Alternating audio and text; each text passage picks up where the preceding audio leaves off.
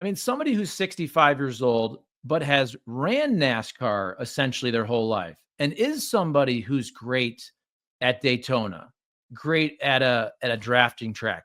And I'm bringing this up because kind of the story of last week is somebody like Helio Castroneves, who obviously is this superstar racer, but NASCAR is going to allow some of these world-class drivers with bigger names, whether you're F1, IndyCar, and these guys can drive. But here's somebody like Mike, who obviously doesn't have as big of a name as Helio Castroneves, but he knows NASCAR. I mean, that's kind of interesting too. If you're talking about from a safety standpoint, I understand Mike's older, but I mean, he is a NASCAR driver, and NASCAR is going to be allowing some F1 guys and some open wheel guys that don't have nearly as much seat experience in a stock car, right? Yeah, and I think Mike got lost in the holidays too. I think if Mike would have announced this, let's say December 1st, because I'm thinking Mike announced this. I got back from my cruise.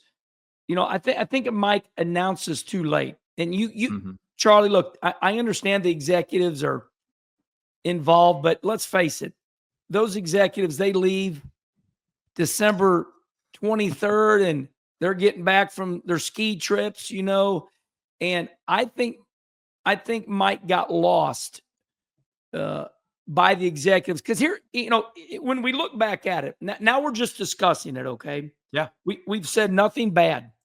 We're discussing this if this were to ever happen again. Now that I look at it, now that you're poking my brain right now, they should have said, hey, Mike, we want you to go to the ARCA test, and we want to see you, and we want to watch you get out of this car. Because see, that's what they did with all of us. Charlie, there's a rule in place right now. Okay, here's what they did with me. Here's my story. Remember, everybody, my new deal over the last couple of years is I don't tell anybody what to do. I tell you my story. NASCAR said to me, Kenny, what you need to do is send us your biography. So I said, okay, I run ASA. I run Michigan Speedway in my ASA car. I run Salem, Indiana. I run Winchester. And Les Richter was the guy that won it. He was the man. Les was the man. He was the Elton Sawyer. And my wife and my mom and myself, we put this beautiful biography together, sent it to NASCAR, and they said, wow, we've never seen anything like this. You're approved to come down and test.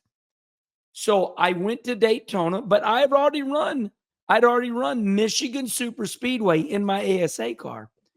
And I go down there and I spent 2 weeks testing. Then they approved me. Okay. So I really think that if Mike would have started this process earlier, it wouldn't have got lost in the holidays. And he could have even played his case. He says, hey, how about I go down in an ARCA car? So as we look back, we're just discussing how to keep this from ever happening again. And, you just simply can't show up and go to Daytona. And I know that's a big statement, Charlie.